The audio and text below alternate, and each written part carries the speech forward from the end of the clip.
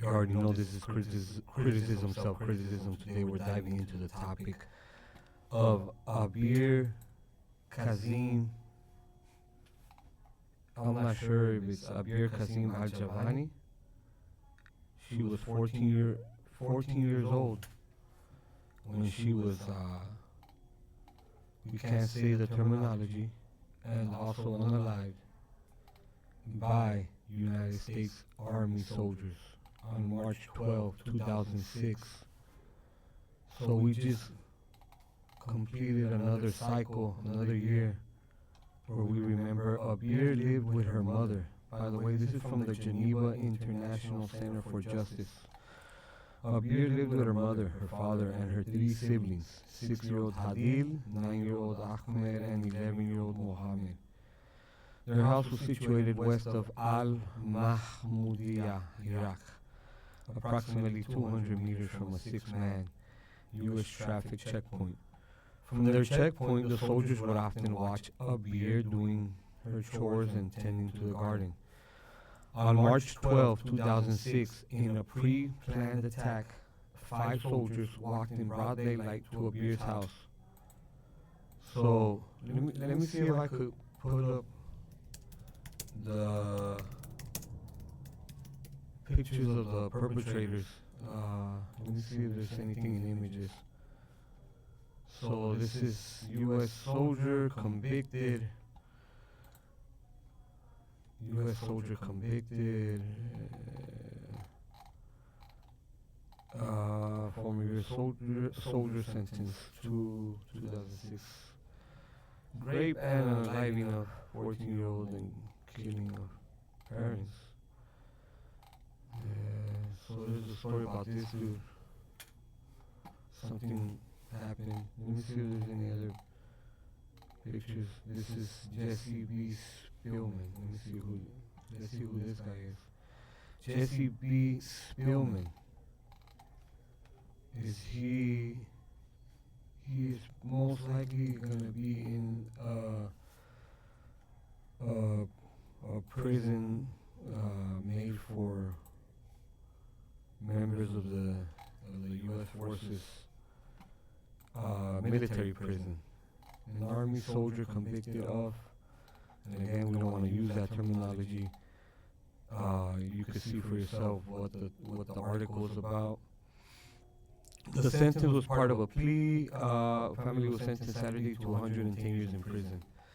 The sentence was part of a plea agreement attorney for Jesse Spielman had made with prosecutors. So he took a plea bargain and got hit with 100 years. One soldier recant story. Prosecutors said that he had allowed investigators to draft sworn statements.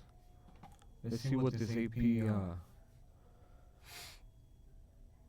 interview shows. And 3 other soldiers were charged with raping a 14-year-old Iraqi girl in this house in Mahmoudiyah, Iraq.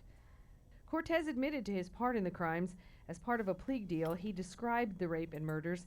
He says after the girl was raped, the soldiers tried to hide the crime by burning her body. Then they tried to dispose of evidence. This is what happens when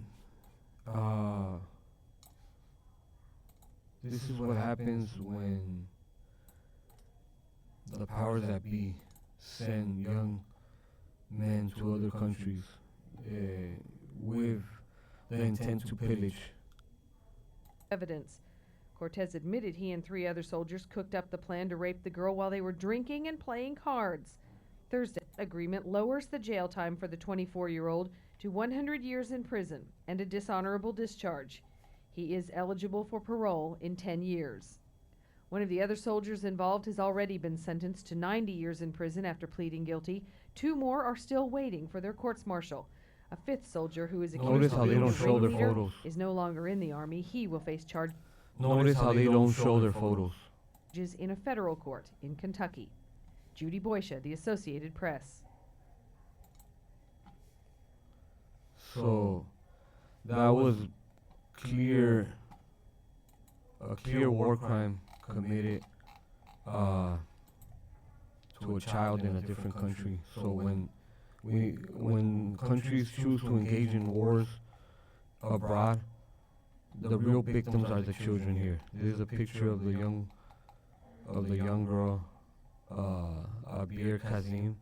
This is a picture of her when she was 7 years old. These people have nothing to do. We're no threat to any country. These people are people trying to live their lives. The poor girl, she was so beautiful. She lay there, one leg was stretched and the other bent, and her dress was lifted up to her neck. Green, who later, one soldier, Stephen D. Green, murdered both Abeer, her parents, and her sister, while two other soldiers took turns to hold the child down. And Green emerged stating, "I just unalived him," and proceeded to engage the young Abeer in a disgusting manner. Green, who later described the crime as awesome, and the other soldiers who participated in the incident told Iraqi army soldiers who arrived on the scene that it had been perpetrated by insurgent groups. The truth only came to light when an unidentified soldier later revealed the crime.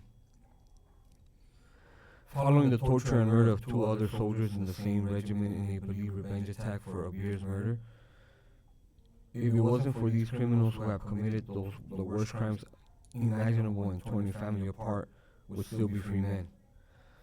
This is only one incident which was caught. This young girl is just one victim of many made by the Iraq War.